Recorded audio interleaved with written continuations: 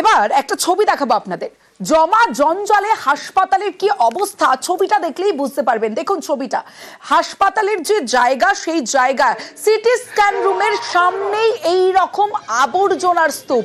কোচবিহারের MJN মেডিকেলে চরমে দুর্ভোগ। আর সেই ছবিটাই আপনারা দেখলেন, যে ছবি আপনাদের দেখালাম, যেটা সিটি স্ক্যান রুম, ঠিক তার পাশে এই অবস্থা। জমা জঞ্জালে হাসপাতালে নাভিশ্বাস। শুভঙ্কর রয়েছে আমার সঙ্গে। শুভঙ্কর, একটা সিটি স্ক্যান রুমে যেখানে প্রতিদিন প্রচুর মানুষ, রোগীর পরিজনেরা আসেন, সেখানে এই ছবিটা, হাসপাতাল কর্তৃপক্ষ কি করছে?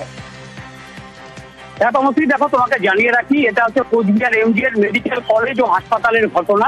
প্রতিদিন কয়েক হাজার মানুষ এই হাসপাতালে আসে এবং এই হাসপাতালের সিটি স্ক্যান এবং এক্সরে রুমের সামনে অলিখিত ভ্যাট তৈরি হয়েছে।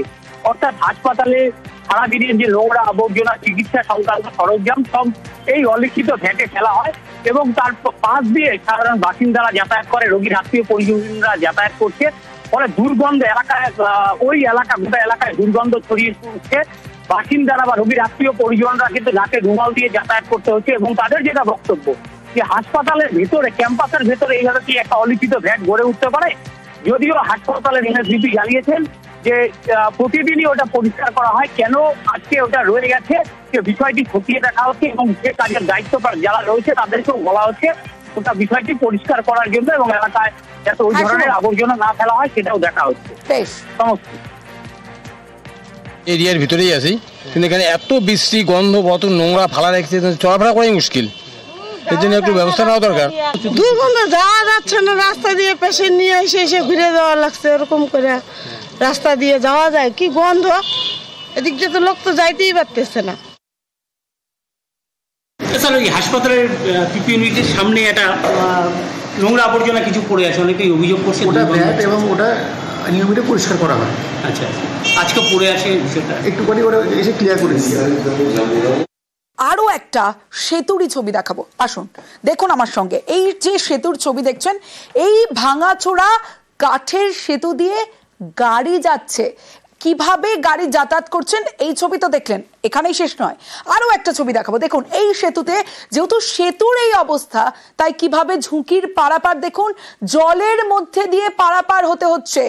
নড়বড়ে সেতুতে এভাবেই ঝুঁকির পারাপার চলছে প্রতিদিন। আলিপুরদুয়ারের শালকুমারে বিপজ্জনক সেতু, রাভা বনবস্তি লাগোয়া এলাকায় বেহাল সেতুতে রীতিমতো ভোগান্তি। স্থানীয়রা কি বলছেন শোনাবো। সমস্যা ব্রিজের জন্য আর কি, ব্রিজ ভালো নাই, রিস্ক লাগে, কোনো মাল বাড়ি নিয়ে যাওয়ার সময় নড়াচড়া হয় ব্রিজটা, বর্ষাকালে আবার বেশি নড়াচড়া হয়, রিস্ক লাগে আর কি। নদী বড় হয় না। ফরেস্ট ডিপার্টমেন্টকে বলেছি এবং অন্যান্য পঞ্চায়েত সমিতি এবং জেলা পরিষদ সব দিক দিয়ে আমরা যোগাযোগ রেখেছি। এমনকি বর্ষাকালে যে সমস্যা হয় আমাদের, এই যে সেতুটা আছে, সেতুর ছোঁয়া জল কত 10, 12, 13 বছর গত হয়ে গেল, এই ব্রিজ এইভাবেই আছে। এই সেতু ফরেস্ট ভিলেজ পর্যন্ত এই রাস্তারও মেরামতের জন্য আমরা আবেদন করি। শুনলেন স্থানীয়রা কি ভয়ঙ্কর অভিজ্ঞতার কথা বললেন, যে বর্ষাকালে যে সেতুর সমান সমান জল থাকে তার মধ্যে দিয়ে যাতায়াত করেন তারা। সরাসরি চলে যাব, রাজকুমার রয়েছে আমার সঙ্গে, রাজকুমারের সঙ্গে কথা বলবো। রাজকুমার, গ্রীষ্মের পরে বর্ষা আসবে, আর তখন তো আরো ভয়াবহ পরিস্থিতি হয়, তা তো তাদের স্থানীয়দের কথা শুনেই বোঝা গেল, এবং তারা জানালেন যে প্রশাসনের সর্বস্তর পর্যন্ত তারা পৌঁছে গেছেন, কিন্তু তারপরেও কাজ হয়নি। কেন? একদমই তমসি, কাজ হয়নি। এর মূল কারণ হচ্ছে অবহেলা।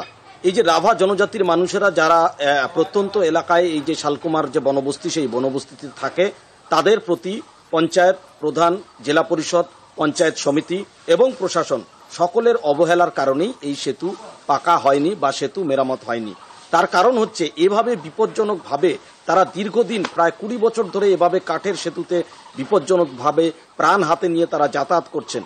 এই যে তুমি বললে গ্রীষ্মের পর বর্ষা আসবে, বর্ষার পর আবার ভোটও আসবে, এক ভোট চলে যাবে, আবার আরেক ভোট আসবে, কিন্তু ভোটের সময় নেতারা এই গ্রামে আসেন, প্রতিশ্রুতি দেন, কিন্তু সেতু আর হয় না। সেই কারণেই গ্রামবাসীদের বক্তব্য, অবিলম্বে প্রশাসনিকভাবে এই সেতু মেরামত করা হোক অথবা এখানে একটি পাকা সেতু করা হোক। আমরা গ্রামবাসীদের সেই দাবিটাই তুলে ধরছি। তমশ্রী, বেশ। আমাদের অলরেডি অনেক রাস্তারই সার্ভে হয়ে আগামী যে অর্থবর্ষ আছে তার বাজেটে অন্তর্ভুক্ত করা হয়েছে। অনেকগুলো কাজই চলছে, আরও আগামীতেও অনেকগুলো রাস্তার কাজ, কালভার্টের কাজ, বিভিন্ন ড্রেনের কাজ এগুলো হবে। জরাজীর্ণ কংক্রিটের সেতুর উপর যাতায়াত করছেন মানুষজন। ঠিক যে ছবি আপনারা দেখছেন, ডানকুনির ডোঙাঘাটা সেতু, কংক্রিটের সেতুর গার্ডরেল ভাঙা, যাতায়াতে যে কোনো সময় বড় দুর্ঘটনার আশঙ্কা। কি বলছেন স্থানীয় মানুষজন, কি চাইছেন তারা, শোনাবো প্রথমে। এখান থেকে বাইক নিয়ে একজন পড়ে গেছিল খালে, রাতের বেলা তো বেশি রিস্ক, এখানে কোনো লাইট নেই। ওখান থেকে যখন টার্নিং নেবে ওখানেই সামনেটাই ভাঙা, লাইসেন্স ব্রেক না মারতে পারলেই পুরো খালে। এদিক থেকেও সেম অবস্থা। যদি রাস্তাটা এখন ঠিক হয় পোলটা, তাহলে তো মানুষের দিকে ভালো হবে এখন জানা নেই। খুবই ঝুঁকিপূর্ণভাবে আমাদের এদিক দিয়ে যাওয়া আসা করতে হয়, বিশেষ করে দিনের বেলায় তো তবুও মানুষ আস্তে ধীরে হেঁটে আমরা চলে যেতে পারি, কিন্তু রাতের সময় খুবই সমস্যা। যে কোনো সময় দুর্ঘটনা ঘটতেও পারে। এখানে দুর্ঘটনা কয়েকবার ঘটেওছে। এখন তো শুধু সাইডের আমরা দেখছি যে সাইডে ওর ঘেরাগুলো ছিল সেগুলো ভেঙে গেছে। ব্রিজের নিচের অবস্থাও খুব শোচনীয়। এই ব্রিজটা কেন এখনো পর্যন্ত করা হচ্ছে না আমরা এটাই বুঝতে পারছি না। এই রাস্তা দিয়ে প্রচুর লোক যাওয়া আসা করে। সরাসরি চলে যাব, রানা রয়েছে আমার সঙ্গে, কথা বলবো রানার সঙ্গে, জানতে চাইবো যে কতদিন ধরে রানা এই ব্রিজের এই রকম অবস্থা। যে খবর আমরা দেখাচ্ছি, প্রশাসন কি জানে না যে এতদিন ধরে এই ব্রিজটার, এই সেতুটার এই অবস্থা? একদমই তাই। দেখো তমস্বী, এই ডানকুনি পৌরসভা 7 নম্বর ওয়ার্ড ও 4 নম্বর ওয়ার্ডের সংযোগকারী যে ডানকুনি খাল, তার উপর এই শতাব্দী প্রাচীন এই যে পোলটা রয়েছে তাকে বলে ডোঙাঘাটা পোল নামে পরিচিত। এই এলাকার মানুষের দীর্ঘদিনের যে দাবি প্লাস অভিযোগ বলা যেতে পারে যে এই যে দুদিকের, তুমি দেখতেই পাচ্ছ যে একদিকে বাঁদিকে ও ডান দিক দুদিকে গার্ডরেল ভাঙা, বিপজ্জনক অবস্থায় রয়েছে পোলটি। বিশেষ করে যে রাস্তা যে বেসমেন্টটা, পিলার থেকে বেসমেন্টেরও কিন্তু চাঙড় খসে পড়েছে, লোহার রড কিন্তু বেরিয়ে গেছে। এরই তোমার ওপর দিয়ে ঝুঁকিপূর্ণ যাতায়াত করে। দিনের বেলা সাবধানে যাতায়াত করলে কিন্তু রাতের অন্ধকারে প্রায়শই দুর্ঘটনা ঘটে। এবং একবার কিন্তু এই তোমার পোল থেকে কিন্তু পড়ে গিয়েছিল আবারও যে কোনো সময় দুর্ঘটনা ঘটতে পারে, কারণ সেতুর যা অবস্থা তা দেখেই মনে হচ্ছে। এখন পুরসভা বলছে দ্রুত কাজ হবে, কবে কাজ হয় অবশ্যই নজর থাকবে। এটা তো ইরিগেশন ডিপার্টমেন্টকে পৌরসভার পক্ষ থেকে জানানো হয়েছে। আমরা যেটুকু শুনেছি যে টেন্ডারও কল করেছিল, তা সেই টেন্ডারটা কোনো কারণে বোধহয় ক্যান্সেল হয়েছে বা কিছু হয়েছে, একটা সমস্যা কিছু টেকনিক্যালি হয়েছে, তা যার জন্য এটা একটু দেরি হচ্ছে। পৌরসভা চেষ্টায় আছে যত তাড়াতাড়ি সম্ভব এই সমস্যার যাতে সমাধান হয়। এটা হলো ডানকুনির জরাজীর্ণ সেতু, যে ছবি আপনাদের দেখালাম। আরো একটা সেতুর ছবি দেখাই আপনাদের, দিনহাটায়। দেখুন কি অবস্থা, মরচে ধরে গেছে পুরো ব্রিজের। ঝুঁকির পারাপার হচ্ছে এই বেহাল সেতু দিয়েও। গোসানি বাড়িতে বেহাল সেতু দিনহাটার। কামতেশ্বর সেতুতে মরচে ধরা পিলার, যে ছবি আপনাদের দেখাচ্ছি, সেতুর ভাঙা রেলিং। এভাবেই এই সেতু দিয়ে প্রতিদিন যাতায়াত করেন কয়েক হাজার মানুষ। কি বলছেন তারা, শোনাবো প্রথমে। বেশি ভালো না, নিচে সব খুঁটির গোড়া খাওয়া গেছে। এই তো এখন কি হবে, বড় গাড়ি ঢুকলেই ব্রিজ স্যারেট হয়ে যাবে। আর কি বিশাল অসুবিধা। কি রিপোর্ট টিপোর্ট অনেক প্রধান হাবি দাবি আসছে, ওরা কি খেয়ে আসছে, আসি দেখে ঢুকে গেছে, কোনোই এক সিদ্ধান্ত আসলো না। সরাসরি চলে যাব, শুভঙ্কর সাহা রয়েছে আমার সঙ্গে, শুভঙ্করের সঙ্গে কথা বলবো। শুভঙ্কর, স্থানীয়রা দাবি করছেন, তাদের দীর্ঘদিনের দাবি যে এই সেতু সংস্কার করা হোক, কিন্তু তারপরেও সেতু সংস্কার হচ্ছে না, যার কারণে আজ এই খবর আমরা সম্প্রচার করছি। কিন্তু সেতু সংস্কার কেন হচ্ছে না, কোথায় সমস্যা? হ্যাঁ দেখো, তোমাকে জানিয়ে রাখি, এই সেতুটি হচ্ছে এই এলাকার একটি গুরুত্বপূর্ণ সেতু। প্রতিদিন 5 থেকে 7 হাজার মানুষ যাতায়াত করে।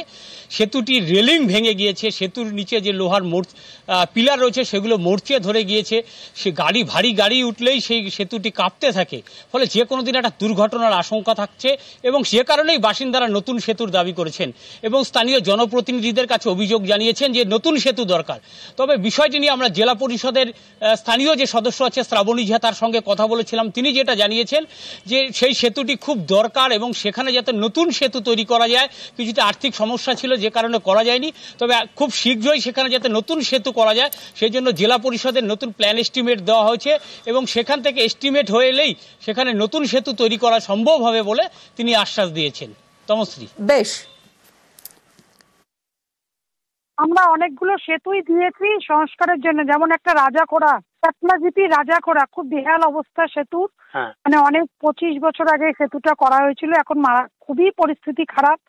আমি যেখানকার সেতুগুলো খারাপ আছে আমি সমস্ত সেতুগুলোরই একদম রিপেয়ারিং বা নতুন করে করার জন্য আমি জেলা পরিষদের ওখানে আমি কাগজ জমা দিয়েছি।